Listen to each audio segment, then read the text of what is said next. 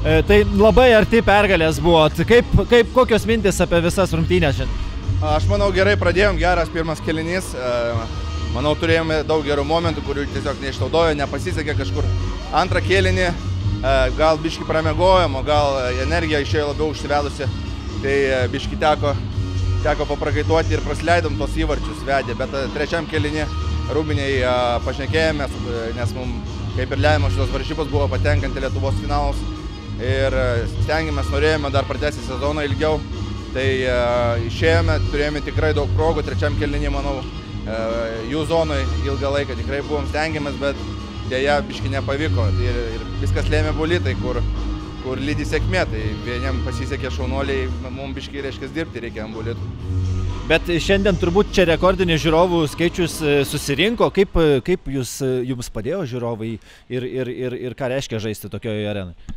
Ne, tai čia nepaslaptis, kad Pankai yra numeris vienas pagal fanų žiūrovų kiekį vaikščiojimų į mūsų varžybas. Tai belenkai malonu, kaip susirinka daug žaidėjų ir dar tuo labiau palaiko. Jie, taip sakant, mūsų šeštas žaidėjas, kuris varo į progą, kai nėra jėgų, kai pavargę. Tai mūsų žiūrovai yra tie, kurie mus lydi į priekį ir mums duoda miškiai daugiau jėgų. Ir dabar seks 4 rungtynės namuose. Kaip manot, ar žiūrovai gali ateiti, išvysti tokią pat kovą ir tikėtis pergalių? Aš manau, jo. Aš manau, mes tikrai užsivedėm, mes tikrai norim. Mes išeinam kiekvienas varžybas, stengiamės laimėti. Nenorim nuvilti tuo labiau žiūrovų, nes dar kartą toks kiekis jų susirenka, kas yra mums labai malonu. Ir ačiū kiekvienam fanui atėjusiam, mūsų palaikusiam. Nenuleiskit rankų, nes mes nenuleisim tuo labiau. Ačiū Jums. Tai sveikinu su pergalė. Kokios Jūsų mintis po rungtynių?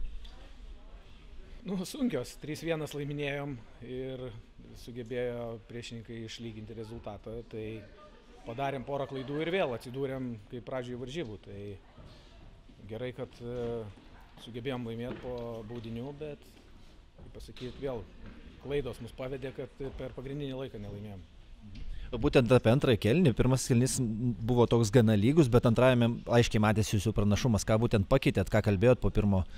Tiesiog efektyviau pradėjom žaisti, dengėm metimo liniją, blokavom šaibas, pradėjom greičiau atakas.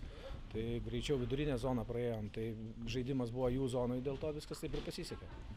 O pratęsime gana nestandartinis buvo sprendimas išimti vartininką, leisti 4 žaidėjus prieš 3. Ką manot apie tokį sprendimą? Tai matot, buvo prametimas ir jie negalėjo pakeisti savo pavargusių 3 žaidėjų, tai čia buvo mūsų profesionalus trenerio sprendimas, tai aš net pats buvau nustebęs.